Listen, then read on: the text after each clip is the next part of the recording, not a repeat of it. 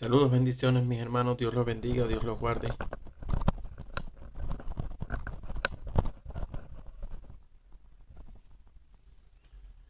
Espero que todos se encuentren bien, que hayan pasado unas excelentes Navidades. Que la gracia y la paz del Señor Jesucristo esté con todos ustedes.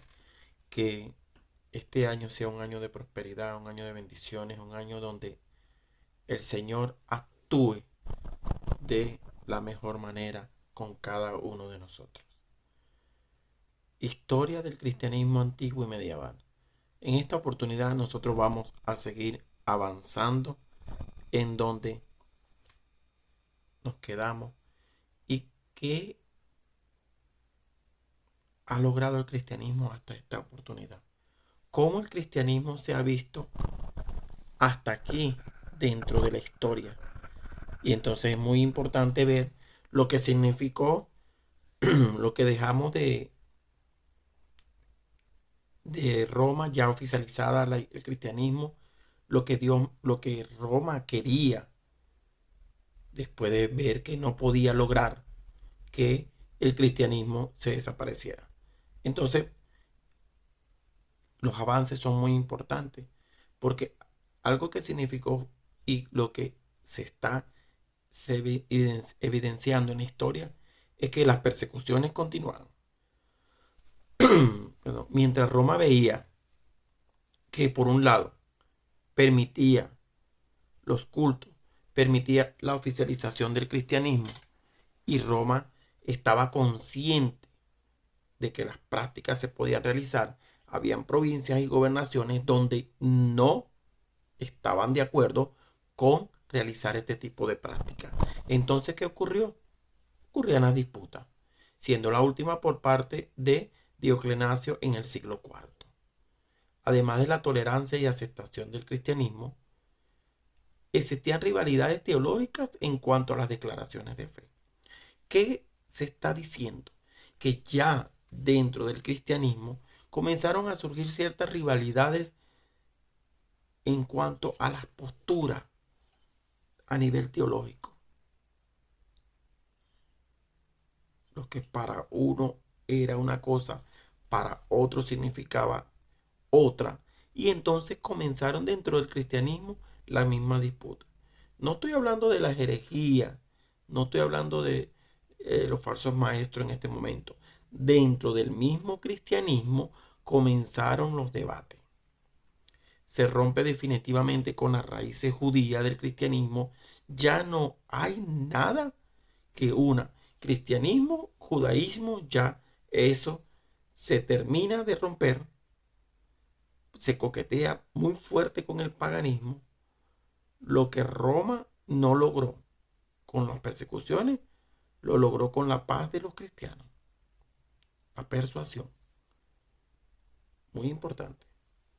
Lo que Roma no logró con las armas, lo logró con la palabra, con la persuasión, la intención. Entonces podemos ver que la astucia de Roma siempre estuvo presente. La problemática después de la alianza Iglesia-Estado, la pregunta surge por lo que nunca se superó.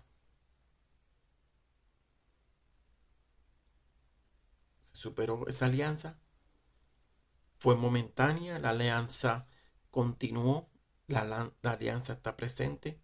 ¿Qué pasó con esa alianza Iglesia-Estado? Se dice que fue la secularización de la iglesia, final de las persecuciones y C del clero por poder.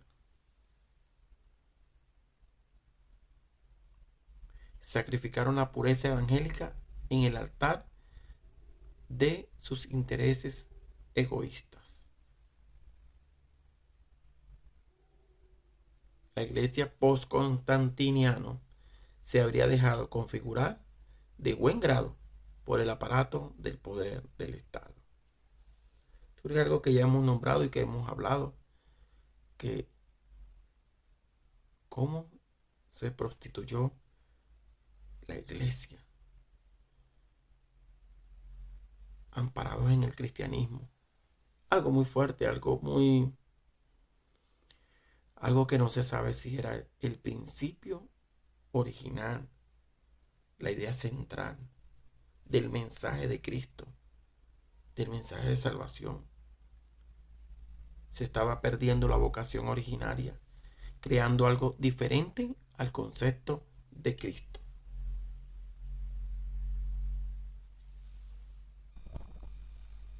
Y aparece el primer concilio ecuménico en el 325 en Nicea.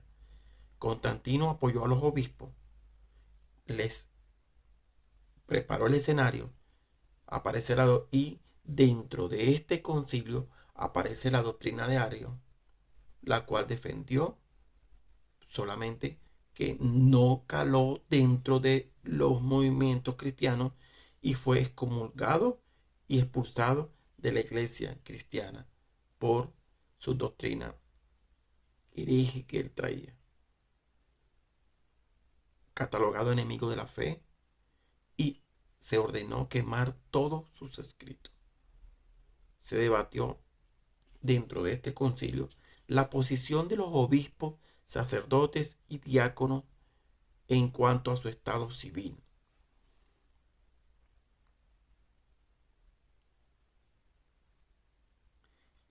La, la doctrina ariana, ella fue superada después de Teosio fuera nombrado emperador de Oriente. Ahí se convocó el segundo concilio ecuménico en Constantinopla en el año 381. Se logró unificar que la Trinidad existe en una sola esencia, pero en tres personas, un solo Dios en tres personas. Se debatió sobre lo que es Jesús como segunda persona de la Trinidad. Las verdades de la fe están contenidas en estos dos primeros concilios. Aparece un tercer concilio, pero fue un desorden, en donde en Éfeso no fue aprobado por la mayoría. Es por eso que enseguida se convocó al cuarto concilio. Se nombraron las dos naturalezas de Jesús, la humana y la divina, en una misma persona.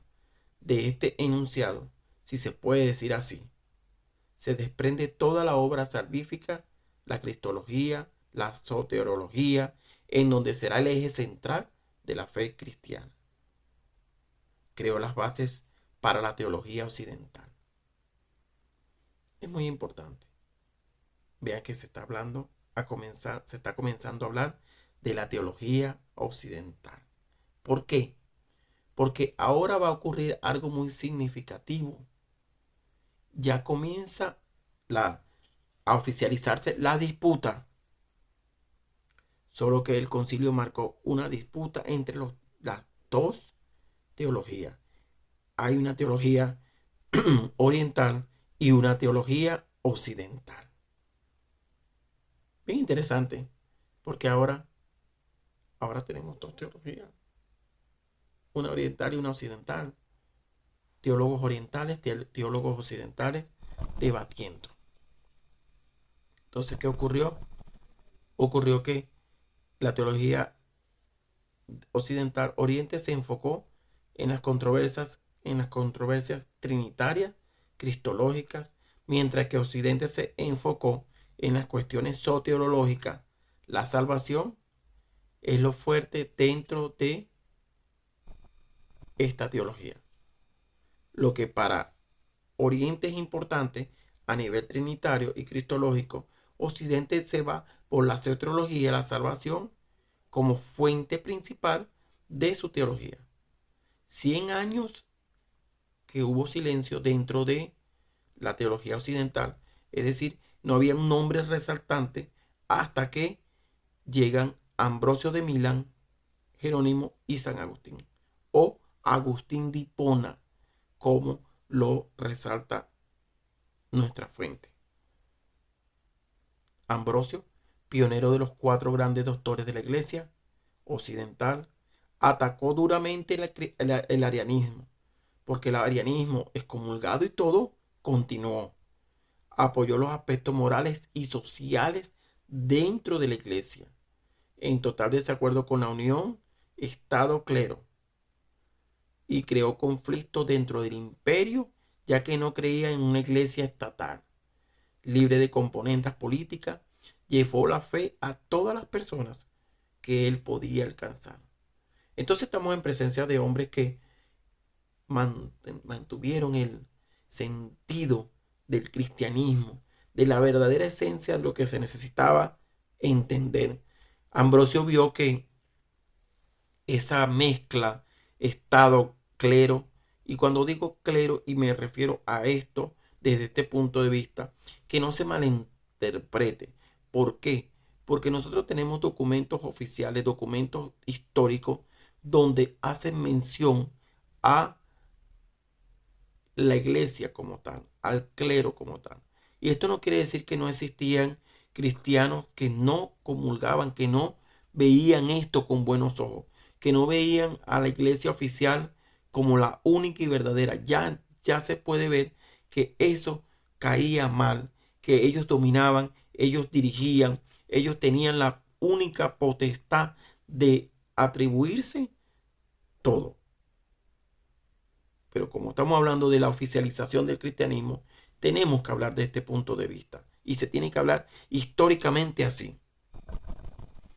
Y llega Agustín de Hipona, alejado de todo lo relacionado con Dios, lo cual es normal. Es una persona común, lo cual atribuyó a sus fracasos de la juventud.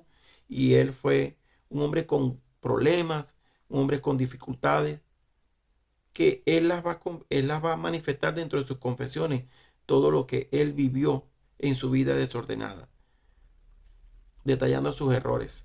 Posteriormente se hace seguidor del maniqueísmo por 9 años, hasta que Ambrosio lo sacó de esa falsa realidad. Entonces vemos hasta dónde llega el alcance de Ambrosio.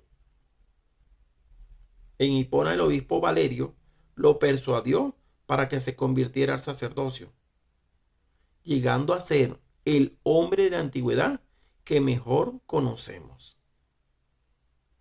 dentro del cristianismo. Fíjense todo esto. En Agustín se inspiraron Lutero, Calvino y los angesitas. Fue ante todo pastor, predicador de la caridad y servicio divino, su interés por la salvación de las almas. Se enfrentó al peleganismo, maniqueísmo, donatismo. Su vida fue monacal, creador de la cultura, uno de los creadores de la cultura medieval occidental. Dominó la teología de la Edad Media. Entonces, estamos viendo que el grado de importancia de estos hombres dentro de la historia antigua y medieval. Llega Jerónimo, consagrado a la vida monacal, sacerdote de Antioquia, revisó el texto latino de la Biblia porque se lo pidieron. Posterior a esto nació la Vulgata. Fue duro contra el clero romano por los abusos que estos cometían. Entonces, sí habían hombres, sí existían hombres que no estaban de acuerdo con los desórdenes de Roma. Sí existían. Decir esto sería una mentira. Y de que todos estaban de acuerdo con lo que los abusos que ellos cometían es falso. Sí habían hombres que estaban en contra de esa posición. A pesar de sus debilidades naturales, ardientes e irritación y un nerviosismo que tenía, fue siempre noble y sincero, soldado de Cristo, totalmente motivado por el ideal de la piedad monástica. Entonces, queda una pregunta para hacerse. Vemos que el cristianismo ha manifestado los desórdenes que ha tenido y esa componente Estado, gobierno, que no se sabe si sigue, si continúa. Ciertamente sí, porque dentro de los poderes, la iglesia es un poder que comulga con el Estado. Y ahí se hace notar. Ahora, La pregunta es, sabemos que la Iglesia Católica ha tenido sus desórdenes, ha tenido sus inquietudes y todo este modo de manipular el cristianismo. Pero ¿y hasta dónde llegan hasta dónde llegan los protestantes con el cristianismo? ¿Qué se está viendo hoy? ¿Dónde está el cristianismo original? ¿Dónde está el cristianismo antiguo, el cristianismo de la base? ¿Dónde quedó? Seamos sinceros, vamos a ser honestos, vamos a hablar con sinceridad, con honestidad. Hoy hay cristianismo a la carta. ¿Qué quieres escuchar? ¿Qué quieres ver? ¿Qué quieres oír? Y eso es lo que se está vendiendo a nivel de cristianismo. Entonces, queda para la reflexión eso. Estamos dentro de las bases, centrados dentro de lo que significa el cristianismo. Porque ver el cristianismo antiguo, ver lo que han trascendido dentro de la historia, cómo se fue desarrollando la historia, cómo pasó de ser perseguida después a una paz, si se puede decir así, o una aceptación, mejor dicho, y cómo fue avanzando en la historia. Cómo desde la base se ve el desacuerdo por las cosas que se hacían. Entonces, vamos a dejar eso para el análisis de todo lo que se está diciendo y de todo lo que se está haciendo. Porque a algún punto tenemos que llegar. Bendiciones, mis hermanos.